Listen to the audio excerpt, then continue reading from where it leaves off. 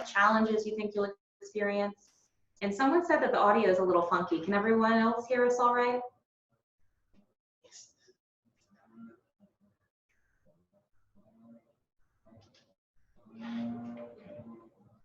And we do apologize. They're doing some yard work right outside our window, so you might hear some weed eaters.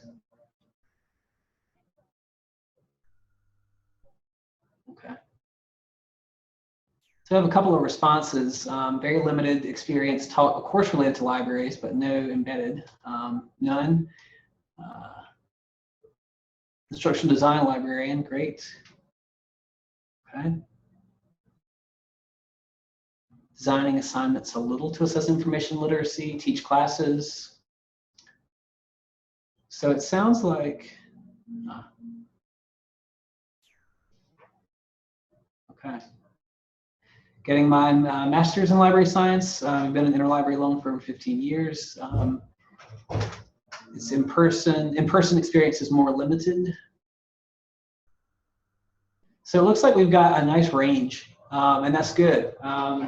Hopefully there'll be something practical, that you can use today from what we're going to talk a little bit about. So, and one other sort of ground rule, we do ask that you hold your questions till the end. We're going to plan to present or talk rather for about half an hour, and then the last 10-15 minutes we'll take questions.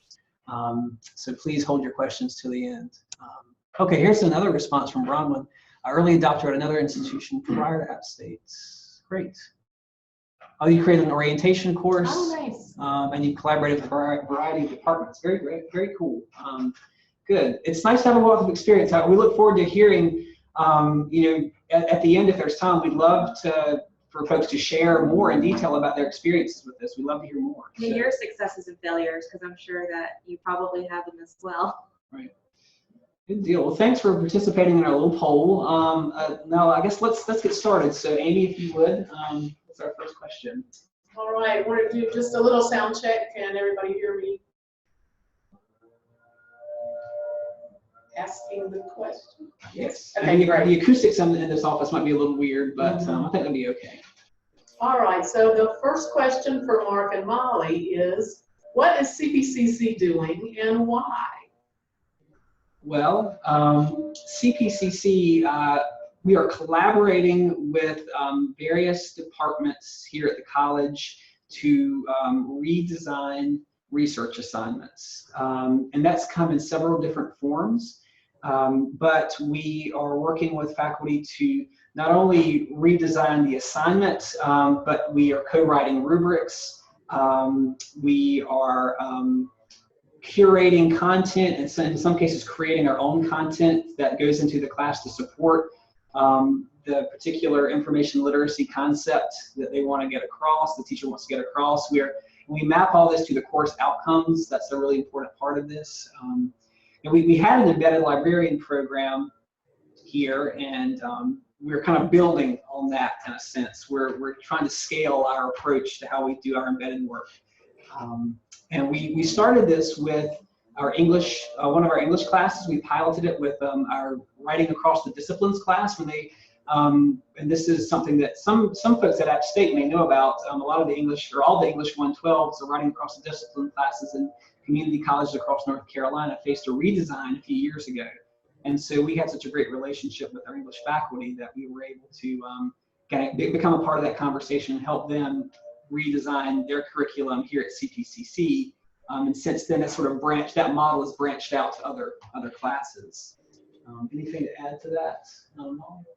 Oh, well, just as Mark, gave an overview of what we are doing, it's probably implied, but it's not finished. It's still a work in progress. But even as we move towards a different direction, I know for me, I'm an e-learning librarian. I'm working primarily with online students. And when I see their course assignments, when I see their rubrics, I can tell when a librarian has helped design it usually, and when they have not, especially for our English courses. It makes it easier now for librarians, at least for me, to do my job because it's very clear where the information literacy components come in. And to give you a little background, we've had a very popular and successful embedded librarian program here for about the last 6 years or so. And it got so popular that we were struggling to keep up with demand. And to give you just a quick overview of what that looks like, faculty would make requests and librarians would get enrolled in Blackboard shells and would be there to post announcements, to be there to support students.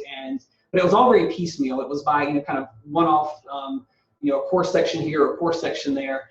And as that grew in popularity, we realized there would never be enough librarians as there are faculty. And so we've tried to come up with some out of the creative and out of the box ways to address that, but we just were not able to keep. We kept getting more and more requests. So rather than embedding ourselves, we thought about embedding our content.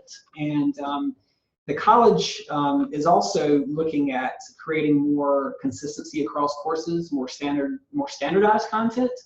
And so there are several initiatives at our college right now that the library has also become a part of those conversations. The planets kind of aligned for us really well in the last year or two. So as there are more calls for standardization and consistency across classes, we're there to kind of help and have a voice in that process. So library content, whether it's support of an assignment or kind of filling out another aspect of just some course content or whatever it may be, we're there to kind of make sure our content looks the same across all sections of one course. To kind of give you some sense of scale, the intro to English class, which is like a basic freshman comp English 111, that's a class that's required of all students at CPCC, and regularly they teach between 125 and 140 sections of that each semester. There would never be enough librarians to support that. He keeps saying there'd never be enough librarians. There's 4 librarians in our instruction department, which is important to say, I think. Other librarians teach, but to support that many sections with 4 librarians is challenging.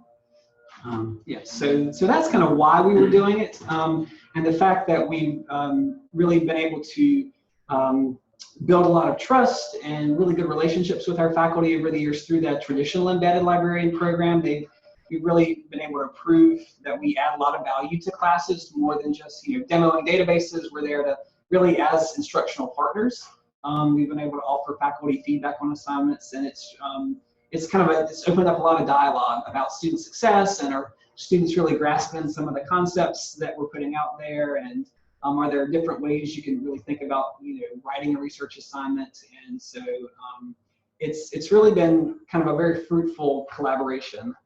So again, it started with English and English 112, or that writing across disciplines, and has expanded out. And that's why I invited Carla here, because Carla approached us about doing something similar with Health 110.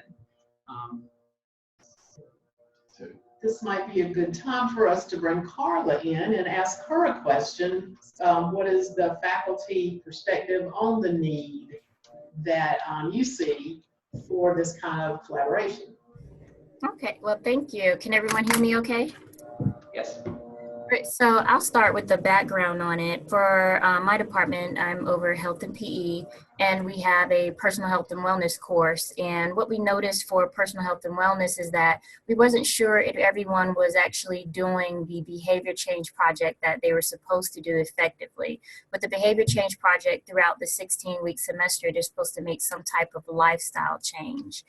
And we tried to do templates for journal entries and tracking, and then in the semester they write a 2-page behavior change paper, but wasn't sure if they were really actually doing the tracking and making the changes. So when I went to a faculty workshop, Mark presented, and he presented information on what they were doing over in his area. And so I sent him an email afterwards and said that I was interested in incorporating them into my course. So what we did was we incorporated a research component. The way I look at it is, if they are not doing a behavior change, or they're just waiting to the end of the semester to make up a whole lot of stuff that they didn't do, at least we know at 3 different points throughout the semester they learned something about a certain behavior change. And I will say, typically they do pick something that they're passionate about. So through Mark's assistance and other librarians, we've been able to incorporate them learning how to conduct research on their own. Some of them probably wouldn't even use the resources that the library had if it wasn't for it actually being embedded in their course and being a requirement. And that is something good because they can use what they learned in this course and apply it to courses that are not requiring it, or they'll have this knowledge when they do go on to a program or when they do transfer to a four-year university. So my course has been very beneficial to have from those aspects, and the whole design, assist, and resource from the librarians have been an intricate part of our course. So we're no longer just a course that people take because it's going to be easy. It's actually a course where they'll learn how to conduct research on behavior projects, which will help a lot of students that are actually going into the health programs.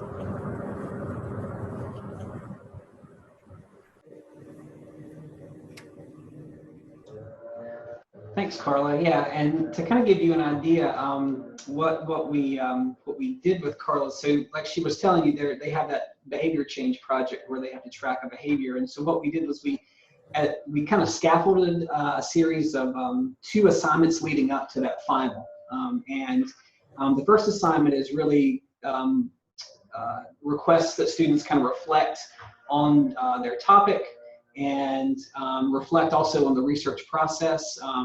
The paper trail project, which some of y'all may be familiar with, librarians at the University of Rhode Island developed that a few years ago, and it was featured in a few, I think the ALA, like Embedded Librarian or Library Instruction cookbooks.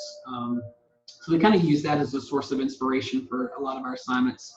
So there's a lot of reflection kind of embedded throughout the process. But that first assignment is really kind of a low stakes assignment that gives the faculty a chance to see not only what are the students' writing skills, and we gives us a chance to see what are their research skills, how do they fare with APA, which is the citation style that they use, and then after that, after they gather a couple sources, then they the game is upped a little bit, and the second phase of the project, students are required to write an annotated bibliography.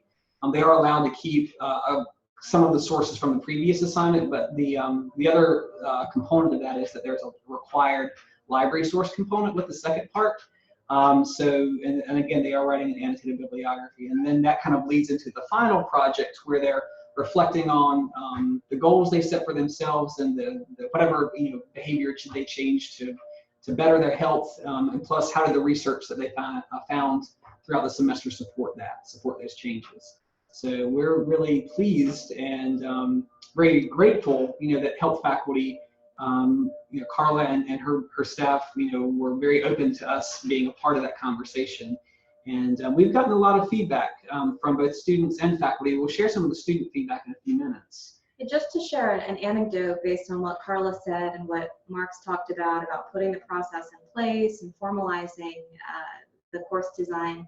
Last week I was working in my office and I got a call to go downstairs and help a faculty member, and I was expecting a question about maybe citation or something, and they were an adjunct chemistry professor, which is an area we don't work with often within the library anyway. And she said, "Oh, I heard that you can help with assignment design. Do you mind looking at this?" And she was previously adjunct, working part-time. She moved over here full-time. And to me, we're going to talk about our challenges, but that really shows one of our successes, the fact that the word is spreading in that way. The faculty now know that they can come to us and ask questions about instructional design.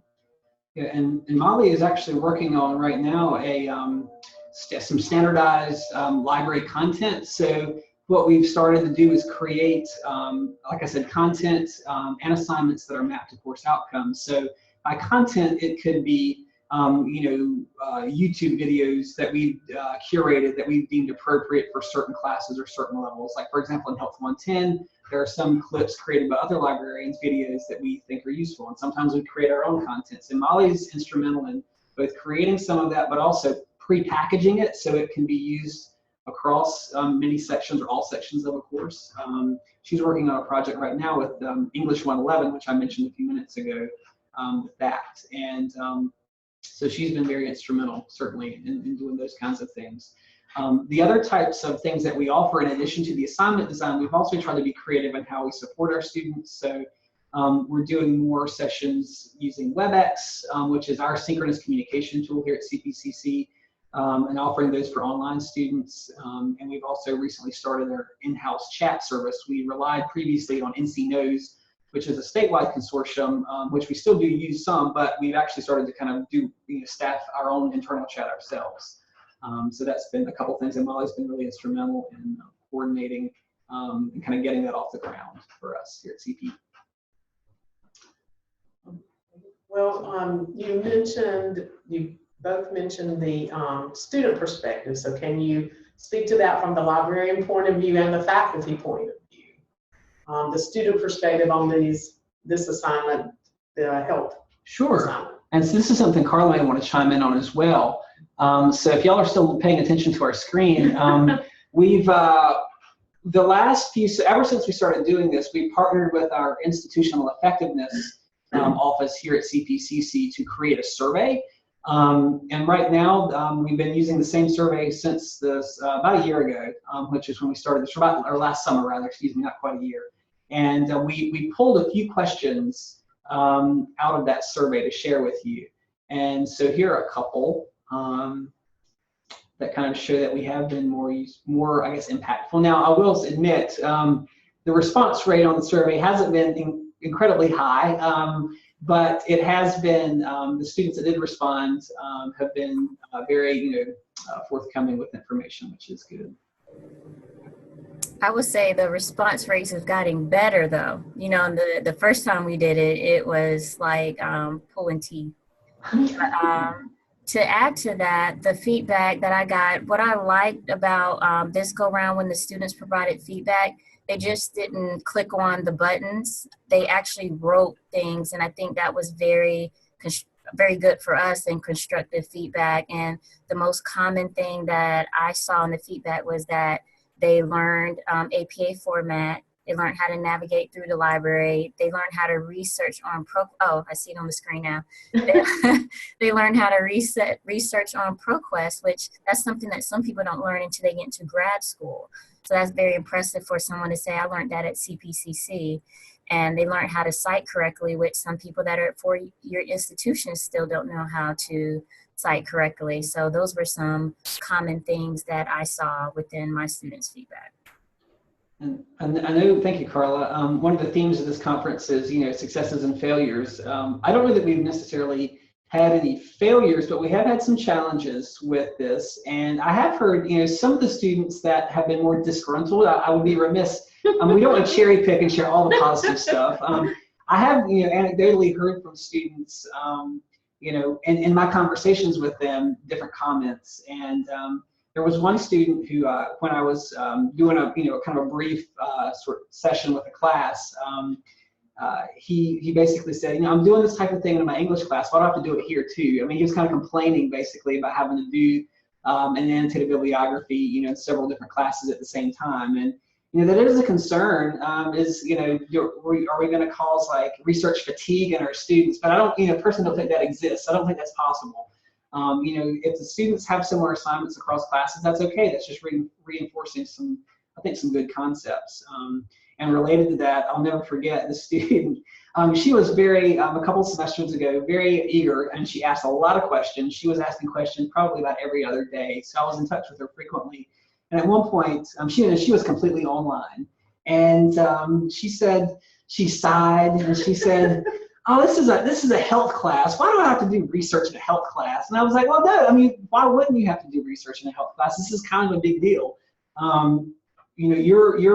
This project you're embarking on really affects changes to your health. I mean, that could be, life or death, I mean, think about it, consumer kinds of health decisions, you want to make sure you're well informed and you're getting the best possible information to help you make these decisions.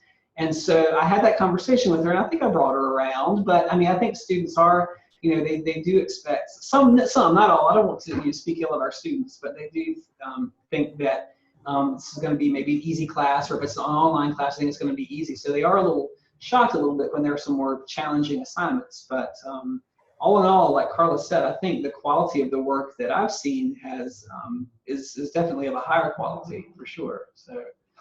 I'm kind of jumping topics from the student perspective and beckoning back to the challenges, because this is supposed to be successes and failures, and I agree, I've not really experienced any failures, but a challenge I can speak to with all this course design. Mark mentioned that part of what I'm working on right now is creating some consistency in the resources that we provide.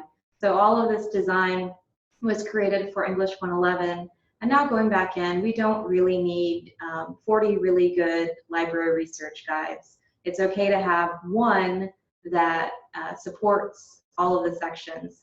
But when you say that out loud to a group, whether that's librarians or faculty, sometimes people don't want to let go of having all of those choices. Everyone has their favorite YouTube video, or they created the best library research guide ever. But at the end of the day, going back to what Mark said, we just don't have time to create hundreds of different resources for each section. So while we are doing all of this, designing up the course, it makes sense that we have that consistency in the resources that we're providing to support those. And sometimes it can be a challenge to decide what the best resource is. You know, we're hoping to work together to kind of come up with what we think are the best ones, and not only a challenge to create it, but also maintain it. You know, we're at our college right now, and this is something that I don't know if Mollie knew I was going to bring up, and I didn't know I was going to bring it up until right now. Actually, I'm a part of the digital accessibility committee, and so CPCC is really looking hard at whether or not our content is accessible and ADA compliant, our digital content. And so if you've got 150 or 200 LibGuides or research guides out there, it's hard to maintain to make sure that content is accessible by all. And so, in fact, one of my colleagues over in our e-learning department sent me a letter. Someone, the Office of Civil Rights has just filed a complaint for a school here in North Carolina. We're not sure which school that is because Hopefully none of you. Hopefully none of you. But people are out there and they're looking, whether they're students or whether they're advocates. And so that's another thing to think about when you're kind of creating some more standardized content, is it's easier to kind of maintain it and make sure that it is accessible and it is up to date and the links are working and things of that nature. So, but yeah, Mollie's right. That has been a challenge for sure. And in terms of the college-wide initiatives, there are, and Carla may want to speak to this as well. But we're involved. There's lots of different, faculty, staff, makeup of these college-wide committees, and there's lots of different schools of thought when you start talking about that creepy S word, standardization. A lot of faculty feel threatened by something like course in a box, and I totally am sympathetic to that. I know that the autonomy in the classroom and that freedom to kind of teach what you want is incredibly important. And then you have the other side, where since we rely so heavily on adjuncts here at CPCC, maintaining that quality and consistency across many sections is really important. So and I'm not saying that the adjuncts are at fault, but it is easier to kind of give adjuncts a prepackaged course, and that way you don't have to really think what's going on, are they able to kind of do what they need to do with the course content and without having to kind of build it from scratch. So there are a lot of, again, more philosophical conversations that I know faculty have, that librarians are a part of now, that are really interesting. But we do think it's a better experience for the students if they can kind of have a similar experience in many of their classes. Yeah, and I agree. I have a lot of sections for personal health and wellness, and that's what we did. We have a template for the course, and we have basic required items, but we do allow the instructor, to be able to add different things for their course. So we do have that standard template, and then we do give them a little bit of leeway, definitely if they're face-to-face instructors. But yeah, everyone teaches the same chapters, the same content, and have the same research components with the librarians, which is a good thing. And it's easy for the librarians also because they're basically loading the same thing in each course, because we do have that platform, and it helps us. So some students won't be like, no, take such and such course because you're only going to have to do this, don't take that course. And I think it helps with, I guess the best word I can say is reputation probably for the courses, and consistency. but you know, you get to add your own creativity. I may do some creative things that my other instructors don't do. And Mark was telling me something earlier, even we have the standardized research components with now, but I have an instructor who took a little piece of it one step further by adding required discussions surrounding it. That's something that we can share across the team and incorporate for all the classes. So definitely. Yeah, I really enjoyed that. That was somewhat unexpected when that was the semester's, one of your adjuncts had that idea to require, they asked me a question because I do create a librarian Q&A in the discussion forum as part of kind of what we offer. And it was interesting, the dialogue that created for sure. So I was really pleased with that idea. We're almost to 2:30, so I guess if there's anything that any of us want to add before we throw it over to questions. The only thing I guess is that we had a question and we didn't get to it about changes that this is kind of inspired in our department. And I would be remiss not to mention that our instruction department in the library here at CPCC has existed unofficially for a very long time, but it's only recently, within about the last year and a half, that it's existed officially with administrative support and representation, and officially in the sense that we have an e-learning librarian, that's Mollie.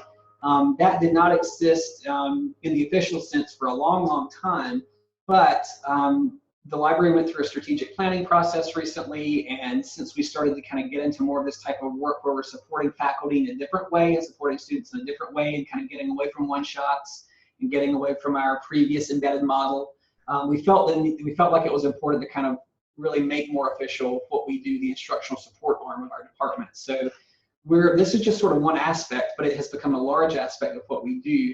And it enabled us to hire Mollie, and it has enabled us to kind of, again, be more a part of more conversations at the college-wide level, as well as at the departmental level. And those things have been very strategic for us to kind of as we kind of think to the future.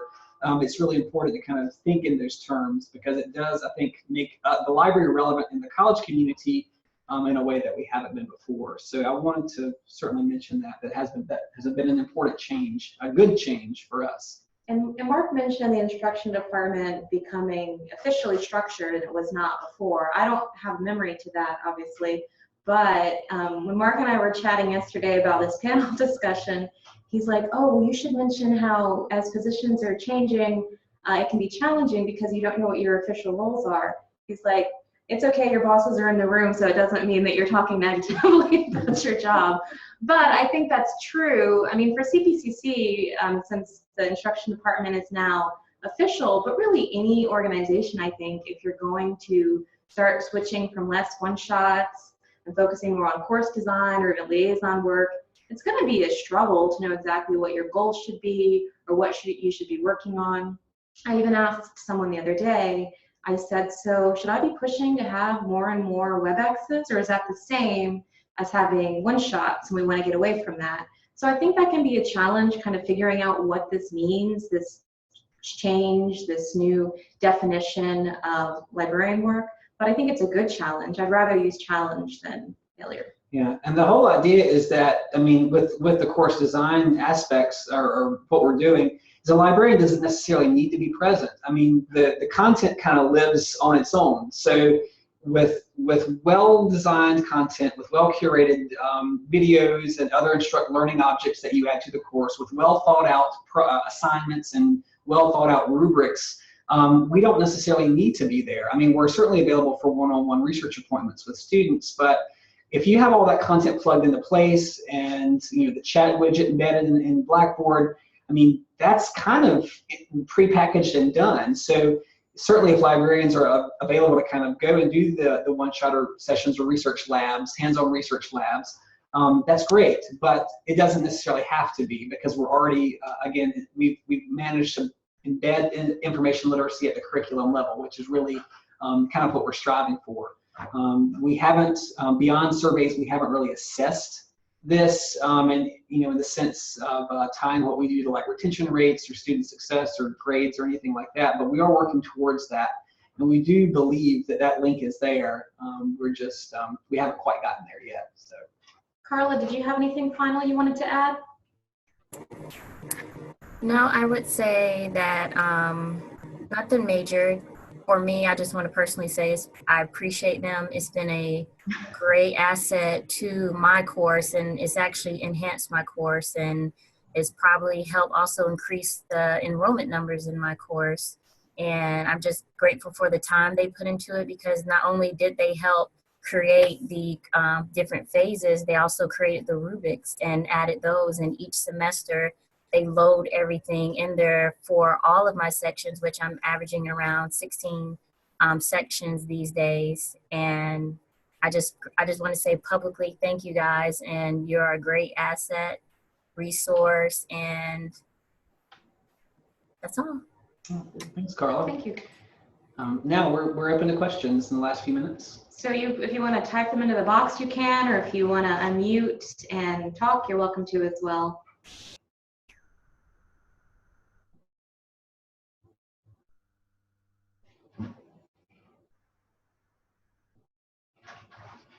And it looks like Mary Beth just sent the evaluation link as well.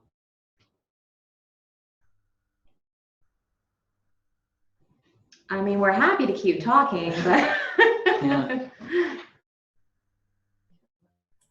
you want to talk about one?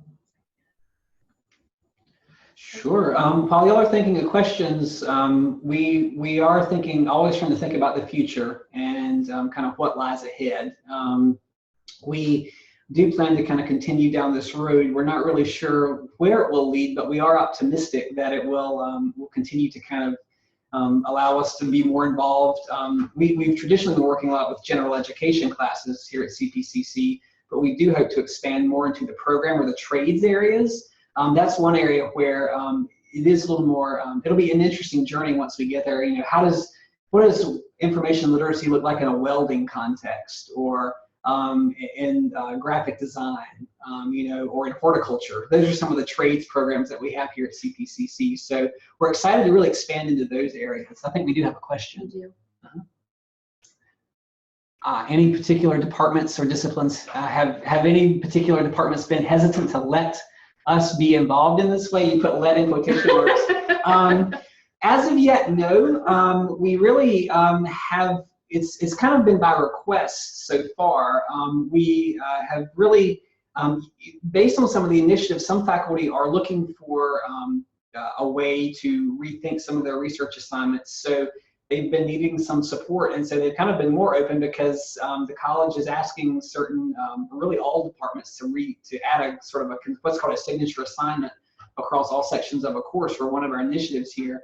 And it's one of the SACS-driven assessment initiatives, and so we've kind of positioned ourselves to be there, like, well, if you need help, here we are, and we've already gotten the sciences. So Mollie mentioned the chemistry instructor. That came from a presentation that we did for the sciences division, which includes biology, chemistry, geology, things like that here. So so far, no. I mean, we have a really, I think, a really good reputation. Certainly, we don't know every department or friends with every department on campus, but the ones that we do have, we have really kind of explored how deep, you know, our relationships can go, and we are not ashamed. I am not ashamed to talk. I'll probably ad nauseum about the good work, and I'll get faculty on camera like, hey, can you give us a quote? You know, I mean, I kind of promote this wherever I go, and so I think that's important. But if faculty, you know, see us making valuable contributions on committees, they see us, they hear from other faculty, because faculty talk to one another, that, hey, those librarians, you can trust them.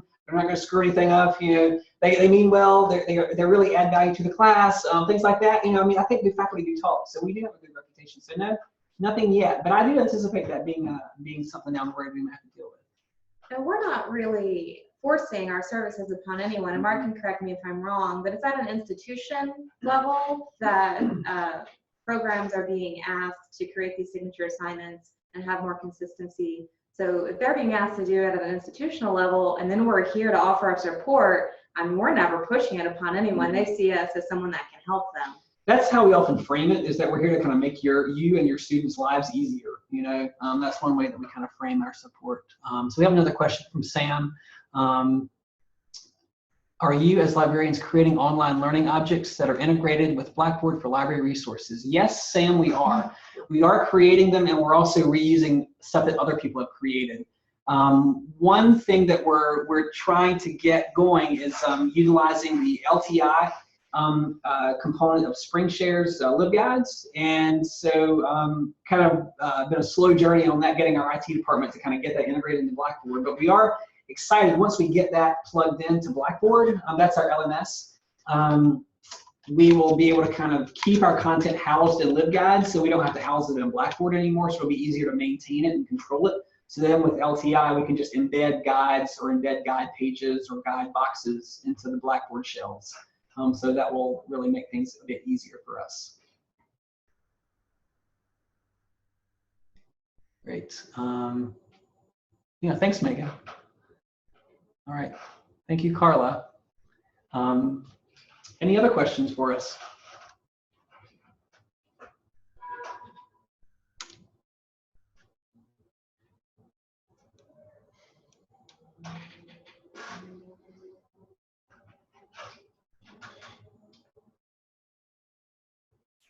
No?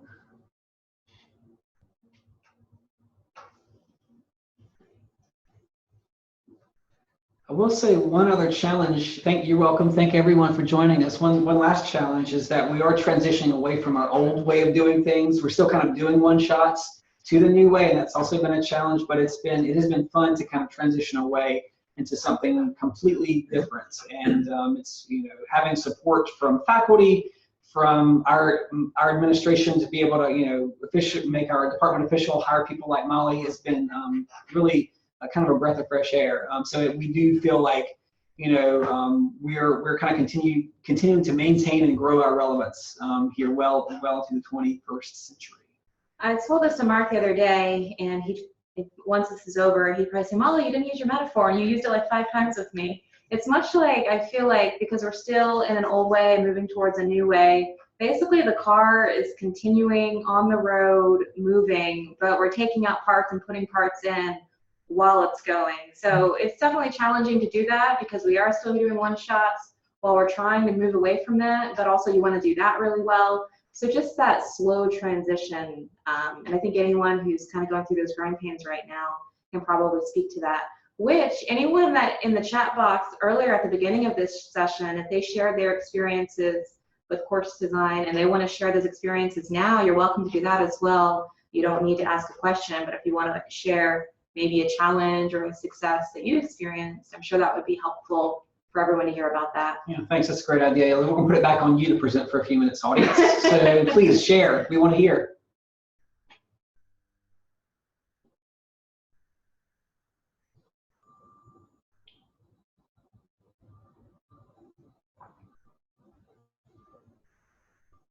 I hear people just typing furiously away.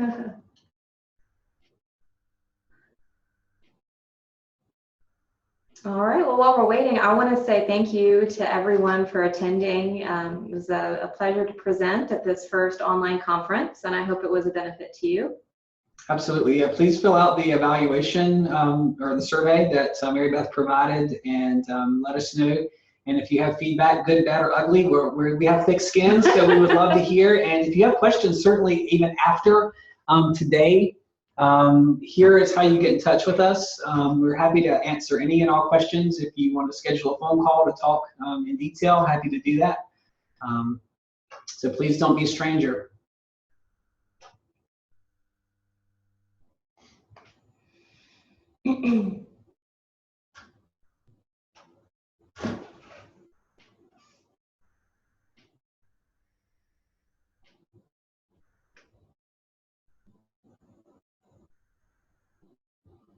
No? All right, well, I don't see any final questions, feedback, so I think that probably the first time in Mark's history, we might end early. A little early, yeah, that's good. Yeah, so thanks again for attending. And enjoy the rest of the conference. Yeah. Bye-bye.